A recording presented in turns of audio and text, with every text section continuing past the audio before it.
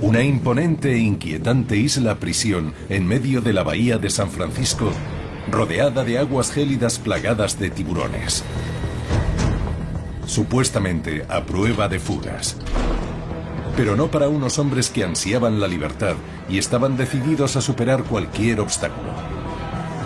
Esos hombres planificaron, aprendieron del pasado, intrigaron y soñaron. La mente de un preso está continuamente trabajando. Pueden encerrar a una persona, pero no a su cerebro. Es como si estuvieras en un campo de minas de oro. Te metieras en una cueva y la cueva se derrumbara sobre ti. Tienes que salir de ahí. Pues esto es lo mismo. ¿Por qué alguien querría fugarse de Alcatraz? Por la libertad. Porque el hombre es un animal y un animal necesita la libertad.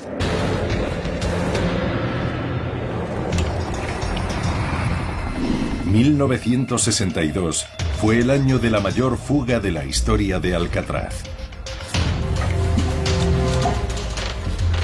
4 hombres con años de experiencia en fugarse de prisiones de todo el país llevan semanas trabajando en un plan, montando las herramientas y planeando una fuga que a la larga causará el cierre de la legendaria prisión. Forman un equipo estrella de maestros del escapismo. El ladrón de bancos Frank Morris, de 35 años, sureño de origen humilde. Creció en hogares de acogida. Su primera condena fue a la edad de 13 años. Antes de los 20 ya había sido acusado de todo, desde posesión de drogas hasta robo a mano armada. Sus numerosos delitos le llevaron a cumplir penas de cárcel en Kirkland. Y como a la mayoría de los internos de Alcatraz, sus múltiples intentos de fuga le aseguraron una plaza en la roca. En su historial penitenciario figuraba su nivel de inteligencia. Tenía un cociente intelectual estimado de 133. Está considerado el preso más inteligente de Alcatraz. Frank era callado, era inteligente y tenía la firme determinación de salir. Su ingenio fue decisivo, más que cualquier otra cosa, para que lograran sacar adelante el plan. La historiadora y escritora Jolene Babiak es la hija de Arthur Dollison, antiguo alcaide de la prisión.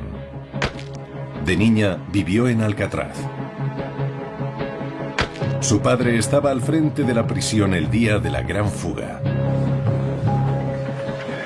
Morris fue abandonado con unos 6 meses de edad y hasta los 13 años pasó por 10 casas de acogida diferentes. De los 13 a los 35 estuvo en la cárcel casi todo el tiempo, excepto unos 2 años, así que era un preso institucionalizado. Era muy brillante, con menos de 1,70 m de alto y 60 kilos. Se le atribuía un intelecto superior. Jugaba con las cartas cerca del pecho, muy callado. Un preso me dijo una vez que era parte de la pared. Estaba ahí, pero no podías verlo. Los ladrones de bancos John y Clarence Anglin, hermanos de 30 y 31 años, eran hijos de un agricultor migrante de Georgia que tenía 14 hijos, 7 hijas y 7 hijos. Su gran golpe fue en un banco de Alabama. Lo atracaron usando una pistola de juguete y huyeron con casi $20,000. A los 5 días los detuvieron y fueron a parar a Alcatraz. Clarence solo había estudiado hasta 5º curso y John hasta 3º. Por tanto, su nivel educativo era muy bajo. John era más sumiso. Clarence daba la imagen de un tío más duro.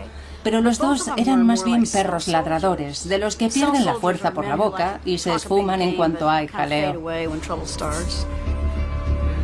En fin, como la mayoría, ¿no? Voy a matar a ese tío en ese plan. La mayoría son así, y en la cárcel se vuelven algo más exagerados.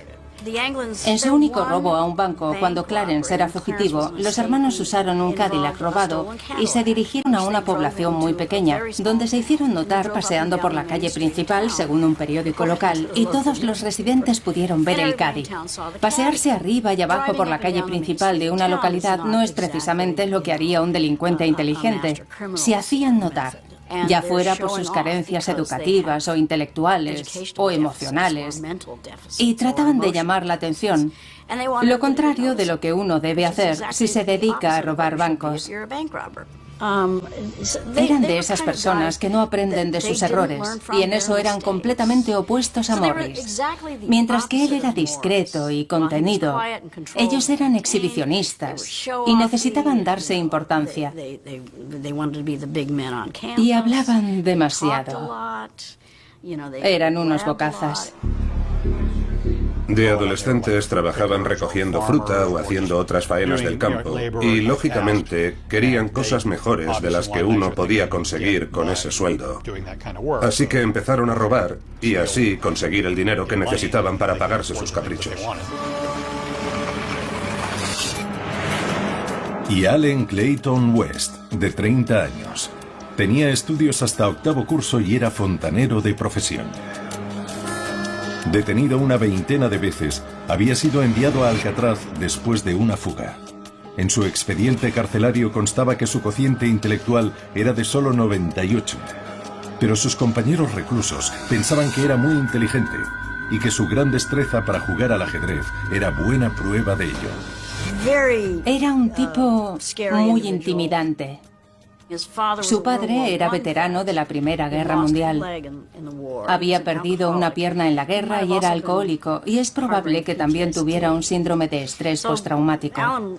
Por tanto, Allen se escapó de casa siendo un niño, y cuando estás en la calle tienes que robar porque no tienes comida ni dinero y empiezas a llamar la atención de la policía, que siempre termina pillándote. Pasó casi toda su vida en la cárcel, desde los 11 años hasta su muerte a los 49 años en prisión. West era un fanático, un exaltado. Se creía el único hombre capaz de hacerlo. Era muy manipulador y astuto. Un preso me dijo que West no caminaba, se deslizaba. Y yo pensé, vale, tuvo un sinfín de problemas en su vida y de repente va y se vuelve un preso modélico. En su expediente hay una nota que dice, trabaja toda la semana, incluidos sábados y domingos. Y piensas, claro, porque estaba planeando una fuga. Los cuatro son delincuentes reincidentes que se enfrentan a largas penas y tienen numerosos intentos de fuga en su haber. Se conocen todos los trucos de la vida carcelaria y están decididos a aprender del pasado. Les unía el deseo de escapar de prisión. Todos estaban ansiosos por fugarse, aunque solo fuera para demostrar que podían hacerlo y que la prisión no iba a acabar con ellos. Ellos acabarían con la prisión.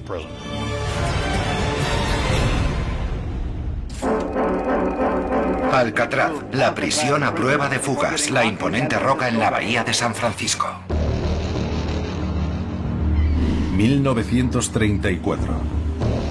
El director del FBI, J. Edgar Hoover, y el Departamento de Justicia inauguran la mayor prisión de máxima seguridad estadounidense en la isla de Alcatraz. Es la última parada para los más malos, lo peor de lo peor. La primera supercárcel de los Estados Unidos de América. Eran las manzanas podridas del cesto, contagiaban a otros presos y alteraban la disciplinada rutina de la institución. Y la única manera de que ésta pudiera aplicar eficazmente su programa de rehabilitación era sacando todas esas manzanas podridas del cesto. Por tanto, en la práctica, Alcatraz se convirtió en ese cesto al que enviaban a todas estas personas. Hombres como el ladrón de bancos John Decker. Me enviaron a Alcatraz en noviembre de 1953 por intentar escaparme de Leavenworth y portarme mal. El secuestrador Jim Quillen. Podía ponerme muy violento. Tenía un genio terrible que me hacía meterme en un lío tras otro. El ladrón y escapista Bill Baker. Me enviaron a Alcatraz por fugarme de otras prisiones. Todo el que iba a Alcatraz, todos los presos, estaban allí por saltarse las normas en otras cárceles. Era a donde nos mandaban a pasar una larga temporada a la sombra. Y el asesino Lucky Yurik. Sabían que yo había matado y que volvería a matar en prisión. Decían que era imposible fugarse de Alcatraz. Pero en sus 29 años de historia, se documentaron 14 intentos de fuga protagonizados por 36 presos. Todos tenían que enfrentarse a los mismos obstáculos y sus intentos pasaban a engrosar el conocimiento institucional de cómo lograrlo y las terribles consecuencias de fracasar en el intento. Esa era tu mayor ilusión en la vida, lo que te mantenía cuerdo. De los 200 internos de la prisión, siempre había como mínimo entre 50 y 80 que estaban maquinando algún plan para escapar de Alcatraz. Cuando estaba en Alcatraz pensaba mucho en fugarme. Así funcionaba mi mente, como la de tantos otros presidiarios. Quería escapar a toda costa, pero no era un suicida. En La Roca, los impedimentos para fugarse eran muchos. En primer lugar estaba el propio edificio, empezando por el inhóspito pabellón de celdas, con un preso en cada una de ellas. Muros gruesos e impenetrables de hormigón y barrotes supuestamente imposibles de cortar o doblar. Pasábamos la mayor parte del tiempo encerrados en celdas de 1,80 m por 2,70 m, más pequeñas que un baño de una casa. Imagino lo duro que podía ser para alguien con claustrofobia. No sé si voy a saber explicarlo, pero cuando te metes en un espacio pequeño y pasas tiempo ahí encerrado, te encoges. El aura de tu cuerpo, o como se quiera definir, se llame como se llame, se contrae hasta el tamaño de la celda y con el paso del tiempo termina afectándote mucho. Seguramente es lo más terrible de cumplir condena. ¿Cómo te encoges? La mayoría de las celdas van montadas sobre estructuras internas independientes divididas en niveles denominadas bloques. Entre ellas discurren pasillos con nombres como Avenida Park Avenue. El bloque A no está operativo y se destina a almacenaje. En los bloques B y C se alojan internos con ciertos privilegios. Están autorizados a usar el patio de recreo y a salir de su celda para trabajar en algunas zonas como el edificio de la lavandería. En el bloque D se alojan internos que carecen por completo de privilegios. Definido como régimen de segregación, aquí los presos permanecen encerrados las 24 horas. Además, en el bloque D está el colmo del castigo en Alcatraz, el lugar de reclusión en régimen de aislamiento, lo que se conoce como el agujero. El ladrón y secuestrador Jim Quillen tenía 23 años cuando llegó a Alcatraz. En una ocasión estuvo 19 días seguidos en aislamiento, cuando un interno se chivó de su plan de fuga. Hacía un juego aquí. Nada más entrar me arrancaba un botón del mono. Cerraba los ojos, daba unas cuantas vueltas y me ponía a buscarlo. A veces tardaba una eternidad en encontrarlo. Pero sabía que estaba ahí seguro. No se podía haber perdido. Y lo hacía una vez y otra hasta que ya no podía más. Los brazos y las piernas me dolían tanto que dejaba de buscarlo. Sigo sin encontrar el botón. Pero sé que está ahí. Incluso ahora, uno comprende realmente lo que es estar aislado en un sitio donde no puedes ver ni oír nada y donde estás completamente solo. Es una auténtica lucha psicológica por mantener el control. Quieres gritar, quieres llorar, y vaya si he llorado aquí muchas veces. Luego están los obstáculos humanos, los guardias. Unos 60 se encargan de vigilar a una media de 260 internos, más de un guardia por cada 5 presos. Los funcionarios realizan recuentos y controles continuamente, y en los primeros tiempos imponían un silencio absoluto. El factor más importante aquí en Alcatraz era el recuento que solían hacer cada hora, de modo que en realidad solo tenías una hora para actuar. Los guardias suelen portar armas y a menudo están apostados en jaulas de seguridad como la galería de armas del pabellón de celdas o las torres de vigilancia de la isla. Y si es necesario, abren fuego. Disparaban a un ciervo o a otro objetivo con mucha facilidad. Yo he visto a 50 guardias disparando sin parar contra un presidiario fugado.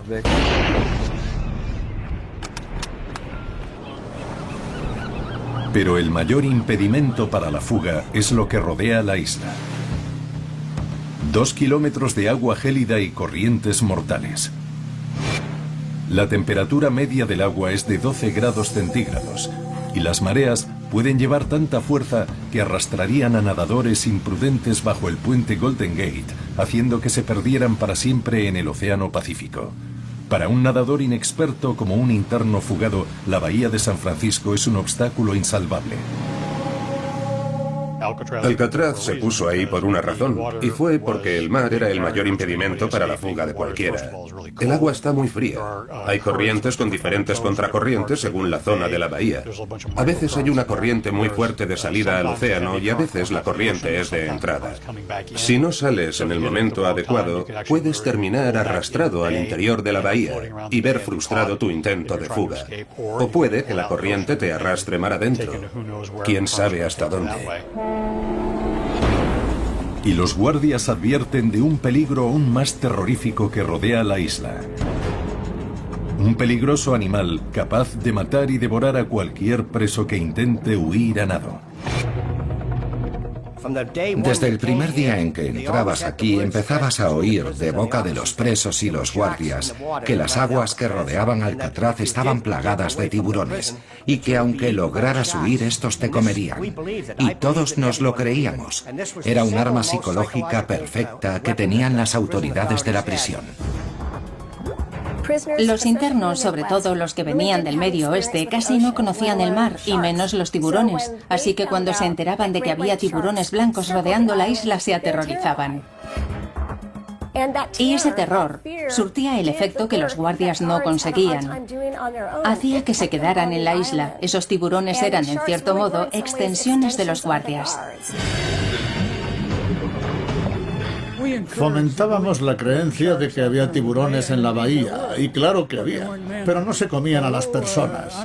Aunque en más de una ocasión vi un tiburón blanco dando vueltas por la zona. Atravesaba la compuerta y luego volvía a salir, y alguna vez los internos señalaban al agua gritando: «¡Guardia, mire allí, una aleta sobresaliendo del agua!». Todo preso que planeara una fuga tendría que superar cada uno de esos obstáculos. Con los años aprenderían de cada intento, se irían acercando y algunos creen que incluso terminarían lográndolo. Pero al principio y periódicamente a lo largo de la historia de la prisión, los reclusos hicieron intentos de fuga que solo eran actos de desesperación y locura. Piensas que no podrás aguantarlo. Te ves en una prisión así, sin nada, sin ninguna ilusión. Y la monotonía nocturna es terrible, es mortal. Aquello no era vivir, ni siquiera era existir. Para mí, era como si se hubiera parado el tiempo. Estaba muerto, nada tenía sentido. Hasta el punto de que incluso dejaba de importarte la comida. Eras como un motor. Si le echas combustible, sigue funcionando. Pero no hay emociones ni sentimientos. Así me sentía a diario. A los 2 años de inaugurarse Alcatraz, un atracador de oficinas de correos llamado Joseph Bowers, de 40 años, protagonizó el primer intento de fuga de la isla. El jefe del servicio médico de la prisión lo describió como un hombre de muy pocas luces, a lo que se sumaba un temperamento horrible. No llegaba a un cociente intelectual de 65. Pero para fugarse de Alcatraz no había que ser inteligente, había que echarle valor. En el exterior del pabellón de celdas, vigilado por los guardias, se lanzó a la fuga. Desoyendo las advertencias, trepó la valla de seguridad rematada con alambre de espino. Allí era un blanco fácil. Un disparo de rifle le alcanzó en el pecho y acabó con su vida. La mayoría de los internos, en mi opinión, incluso algunos de mis amigos, los que intentan fugarse es porque han perdido la esperanza de vivir. Están hartos de esa rutina y deciden intentarlo. Se lanzan a la fuga y si lo consiguen, bien. Y si no lo consiguen, no les importa morir. Seguramente fue una forma de suicidio por policía. Bowers era un enfermo mental, sin lugar a dudas. Ni siquiera recordaba bien su infancia. No tenía claro si había crecido en un circo, criado por personas que trabajaban allí, o si era adoptado. Había muchas lagunas en su historia. No se sabía si era austríaco o alemán, o por ejemplo decía que había estado en la Legión Francesa. Estaba perdiendo el juicio y es posible que tuviera sífilis. Bowers era un tipo caótico. Creo que al final estaba un poco trastornado. Se daba de cabezazos contra los barrotes, lanzaba orina al personal del hospital. Vamos, que había perdido completamente el norte. Con el intento de fuga de Bowers, los demás internos aprendieron su primera lección, que para tener éxito en su huida hacía falta una planificación cuidadosa y que los guardias armados usaban sus armas e incluso disparaban a matar. Estaban encantados de poder cargarse a todo el que intentaba escapar y de decirles a los demás presos que acababan de disparar a uno cuando intentaba huir. Estaban firmemente convencidos de que era una prisión a prueba de fugas y no querían que nada empañara esa reputación.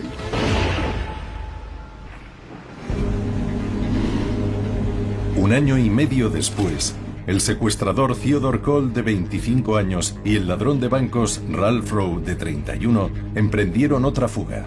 Esta vez, desde un centro de trabajo en la isla, el edificio de Industrias Modelo. La industria de las prisiones federales surgió inicialmente para ayudar a los presos a aprender habilidades básicas, costura, restauración de muebles y cosas así, que les permitían ganar algún dinero, ya que normalmente pagaban. No era una gran cosa, pero era una paga. Y el dinero podías ahorrarlo y comprar artículos o enviarlo a tu familia si lo preferías. Así que era un incentivo para los presos. También recibían formación profesional. No eran grandes conocimientos, pero aprendían cosas. Fabricaban ropa militar y cosas así. Siempre artículos para el gobierno, que se ahorraba un buen dinero con la mano de obra presidiaria. En Alcatraz la industria era muy importante. Un centenar de presos trabajaba en ella, así que el gobierno era un gran empleador. Desde allí se llevaron a cabo muchas fugas porque la seguridad era inferior y estaban muy cerca de la costa. Podían reventar una ventana y saltar a la bahía sin más. Cole y Rowe tardaron varias semanas en cortar los barrotes de una ventana con una hoja de sierra robada. Para ocultar su trabajo tapaban las uniones con betún de zapatos. La tarde de su fuga empujaron los barrotes cerrados, rompieron la ventana y salieron corriendo hacia el agua, llevando consigo unos bidones que pensaban usar como flotadores. Lo que pasó después se desconoce. Hay quien dice que recorrieron varios cientos de metros a nado hasta que perdieron el control de sus flotadores y se hundieron. Aunque nunca se volvió a saber de Cole y Rowe, los internos confiaron en que eso fuera una prueba de su éxito. Desaparecieron y eso insufló esperanza a algunos presos los siguientes 28 años, la esperanza de que se podía lograr. Sin embargo, la mayoría, incluido el alcaide Johnston, pensaron que la bahía se había cobrado sus primeras víctimas. Cumplir la pena era sinónimo de consumirse en prisión. Creo que estaban desesperados y prefirieron correr el riesgo y que no tuvieron ayuda exterior. Pienso que se ahogaron y que una fuerte corriente arrastró sus cuerpos hacia el Golden Gate.